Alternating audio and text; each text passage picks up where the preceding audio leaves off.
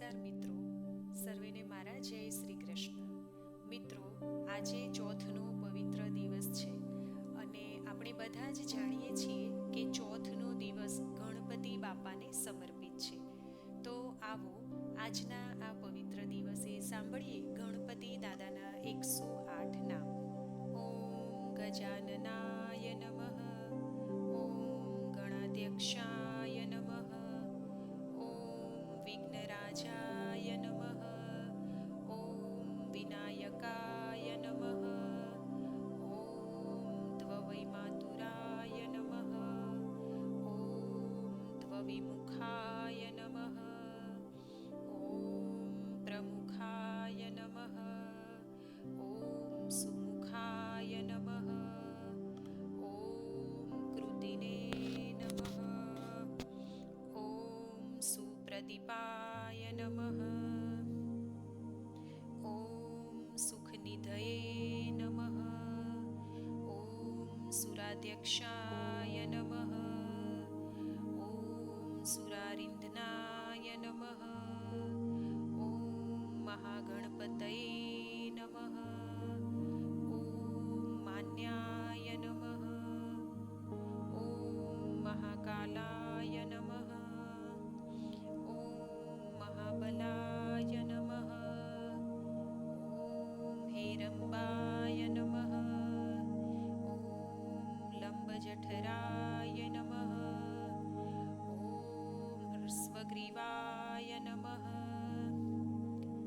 ઓમ મહોદરાય નમઃ, ઓમ મદોત્કટાય નમઃ, ઓમ મહાવીરાય નમઃ, ઓમ મન્નિંત્રણે નમઃ, ઓમ મંગલસ્વરાય નમઃ, ઓમ પ્રમદાય નમઃ, ઓમ પ્રથમાય નમઃ, ઓમ પ્રાજ્ઞાય નમઃ, ઓમ વિઘ્નકર્તરે નમઃ, ઓમ વિઘ્નહર્ત્રે નમઃ, ઓમ વિશ્વનેત્રે નમઃ,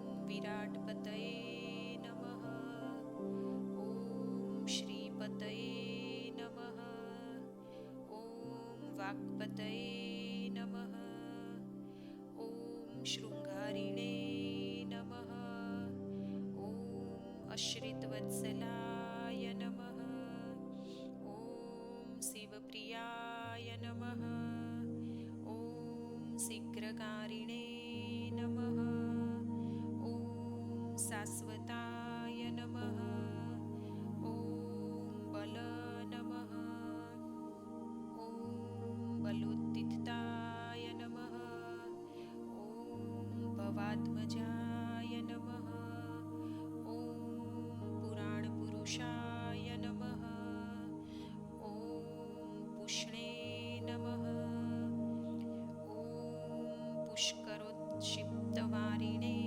નમઃ, ઓમ અગ્રગણ્યાય નમઃ, ઓમ અગ્રપૂજ્યાય નમઃ, ઓમ અગ્રગામિને નમઃ, ઓમ મંત્રકૃતે નમઃ, ઓમ ચામિકરપ્રભાય નમઃ, ઓમ સર્વાય નમઃ, ઓમ સર્વોપાસ્યાય નમઃ, ઓમ સર્વકર્ત્રે નમઃ, ઓમ સર્વનેત્રે નમઃ, ઓમ સર્વસિદ્ધિપ્રદાય નમઃ, ઓમ સિદ્ધયે નમઃ, ઓમ પંચહસ્તાય નમઃ, ઓમ પાર્વતીનંદનાય નમઃ, ઓમ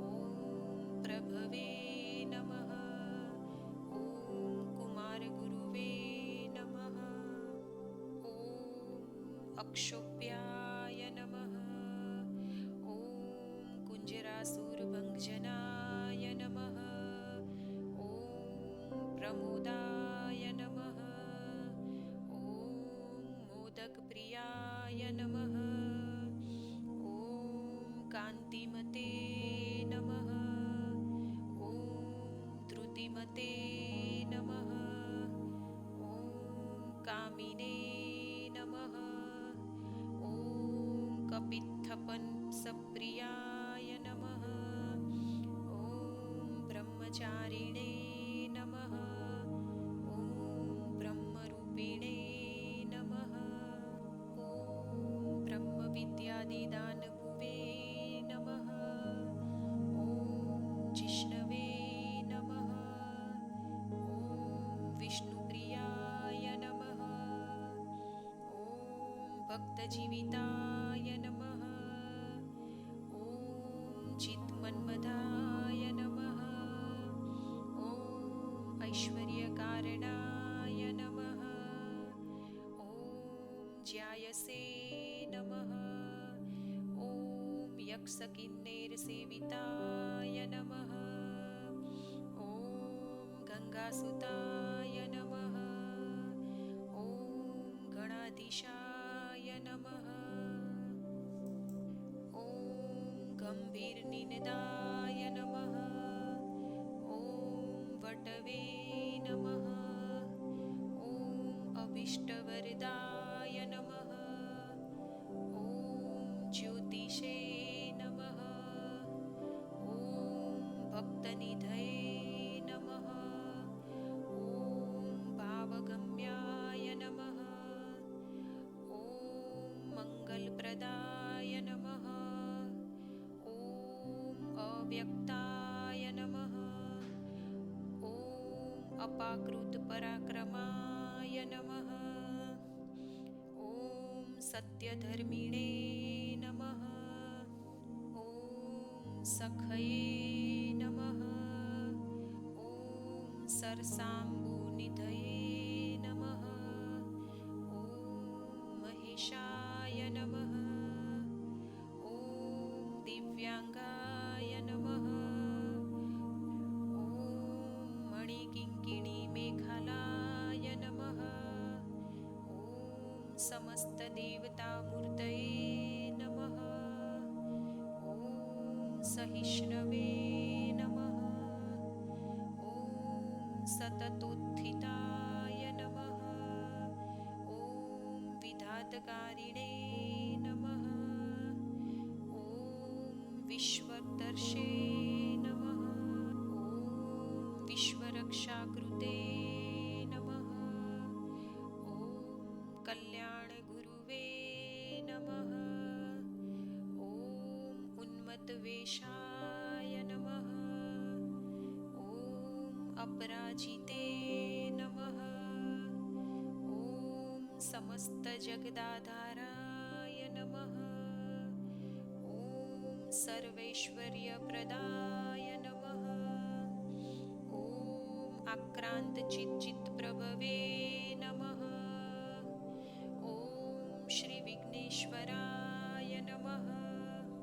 इति श्री गणेश अष्टोत्तर शतनामावली संपूर्ण। મિત્રો, હું આશા રાખું કે આજનો આ વિડીયો તમને જરૂરથી પસંદ આવ્યો હશે. વિડીયો પસંદ આવ્યો હોય તો લાઈક કરજો, શેર કરજો, અમારી ચેનલને સબસ્ક્રાઈબ કરજો અને કમેન્ટમાં જય શ્રી ગણેશ જરૂરથી લખજો. ધન્યવાદ. મને સાંભળવા બદલ આપ સૌનો ખૂબ ખૂબ આભાર. જય શ્રી